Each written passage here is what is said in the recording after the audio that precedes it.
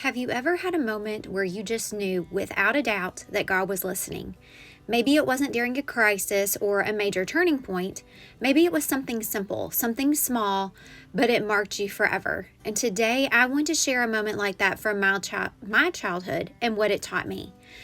I'll also give you 5 simple ways to lean in and recognize the voice of God in your own life right where you are. Welcome if you are new, and welcome back. I'm Anna, and I love to share delicious recipes, daily life ideas, and soul-deep encouragement for the purpose-driven woman who is learning to thrive and not just survive through those repeated and ever-changing seasons of life. So if you are someone who wants to live with intention right where you are, you're in the right place, and I would love for you to hit subscribe and join me. So I'll never forget the day that I knew God was listening, and I was just a little girl visiting my great-grandma's house, and I had a big idea that I wanted her to help me with. I wanted to sew a Barbie skirt for my best friend at elementary at the time, but we needed the Barbies.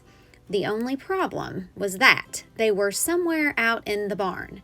So we opened the barn door, and it was just wall-to-wall Tupperware containers stacked from floor to ceiling. My grandma chuckled, and I could tell we were both thinking the exact same thing. How in the world are we going to find them? I knew in my heart right then, and timidly I looked at her and said, "Why don't we pray?" And right there in that dusty barn, we did, and we just prayed a simple little prayer, "God, help us to find the Barbies." And I kid you not, the very next container we opened had them inside, and that moment stuck with me. It was so small, but it showed me something big. God cares. Even about little girls, even about Barbie dolls, even about barns full of old containers.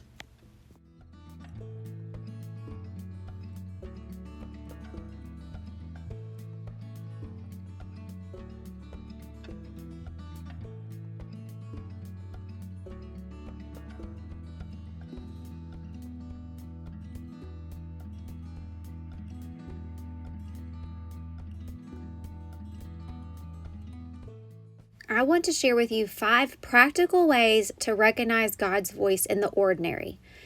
Number 1, invite Him in early. Start your day with a whisper. God, help me to hear you today. The more that we invite Him, the more aware we become. Second pointer, practice stillness.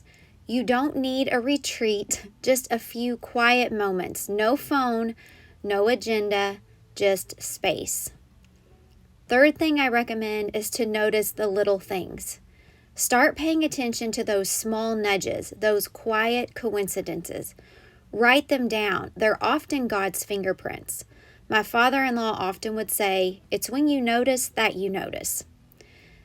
Fourth thing I recommend is to ask simple questions. Instead of always asking why, try asking, "What now, Lord?" or "What are you showing me?" And then the 5th practical step that I have for you to recognize God's voice in the ordinary is to remember past faithfulness. Keep a running list or a journal of answered prayers, big and small. Remembering helps us to recognize His voice again.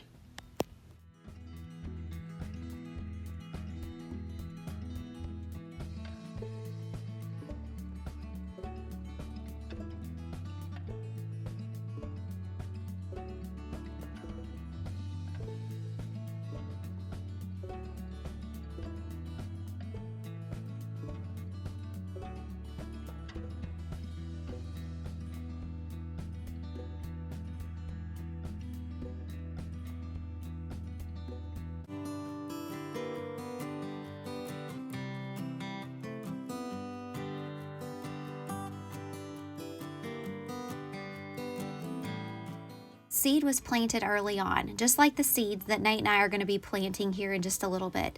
But I like to remember that seed when things become blurry and unsure. So if you are in a season where it feels like He's not listening, can I tell you something?